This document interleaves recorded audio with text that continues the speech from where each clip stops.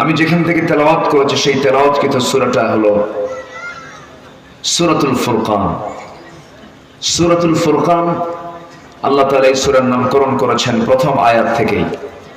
এবং যে কিতাবের আমরা আলোচনা শুনতে এসেছি, যদিও এই কিতাবের নাম মূলত আল কোরআনুল কারীম, কোরআনুল মাজিদ, কিন্তু এই কিতাবের আরেকটা নাম আছে, অনেকগুলো নাম আছে তো।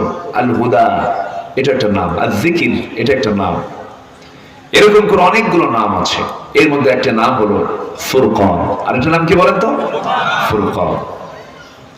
প্রথম আয়াত থেকেই এই সূরার নামকরণ করা হয়েছে।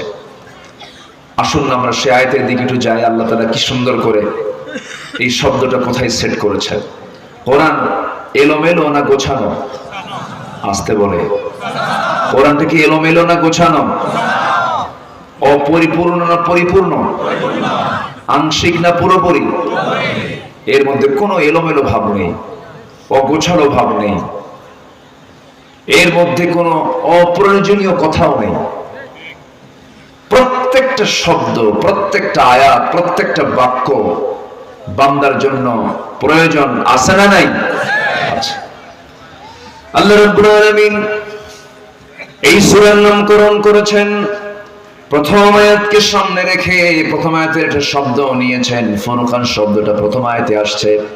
আল্লাহ রাব্বুল আলামিন বলেন, তাবারাকাল্লাযী নাযালাল ফুরকানা আলা আবদিহি লিয়াকুনা লিল আলামিনা নাযীরা। ফুরকান শব্দটা আরেক জায়গায় আসছে, যারা পারেন ঠোঁট মিলিয়ে বলুন, শাহরু রমাদানাল্লাযী উনজিলা ফীহিল ফুরকান, উনজিলা ফীহিল কুরআন হুদাল লিন-নাসি ওয়া বায়িনাতিন মিনাল হুদা ওয়াল ফুরকান। জোরে বলুন আল্লাহু আকবার।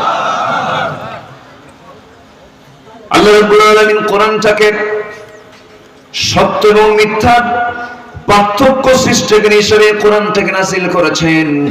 কোরআন মানে হলো, কোরআন যদি কোনো বান্দা বুঝতে পারে, বুঝে কোরআনটা পড়তে পারে, তাহলে কোনটা সত্য কোনটা মিথ্যা বান্দার জানা হয়ে যায়। তাহলে কোরআন পড়লে পরে জানা হয়ে যায় কোনটা সত্য আর কোনটা মিথ্যা, কোনটা হক কোনটা বাতিল, কোনটা জান্নাতের কাজ কোনটা জাহান্নামের কাজ। কোন কিতাব পড়লে বোঝা হয়ে যায়? না ফুরকান? বলেন, কোরআন না ফুরকান? হ্যাঁ, একই জিনিস। জি ঠিক আছে। যেহেতু ফুরকান সূরা থেকে আমি কথা বলছি, তাহলে একটু ফুরকান বলুন। ফুরকান যার নাম, কোরআনও তার নাম। আমাকে সময় দিচ্ছেন তো সবাই? শেষ ক্লাসটা খুব কঠিন। আমাদের সব মাহফিলে প্রায় দেখি, মাহফিলের যে মূল টাইমটা আমরা পাই না, জানেন? মূল টাইম সব আরেকজন খায়া ফেলে। সব মূল টাইমগুলো আগের সমস্ত মেহমানরা খেয়ে যায়। আমাদের এমন সময় উঠায় যে সময়টা হলো মানুষের যাওয়ার সময়। খালি চাপ, নিম্ন চাপ, ঊর্ধ্ব চাপ, ঘুমের চাপ, যাওয়ার চাপ। সেই চাপে আমি মহা চাপে। তো আমি আপনাদের কাছ থেকে কিছু সময় চেয়ে নিচ্ছি, আমাকে সময় দেবেন তো? আমার শেষ কাজটা দোয়া করে যাব এখান থেকে।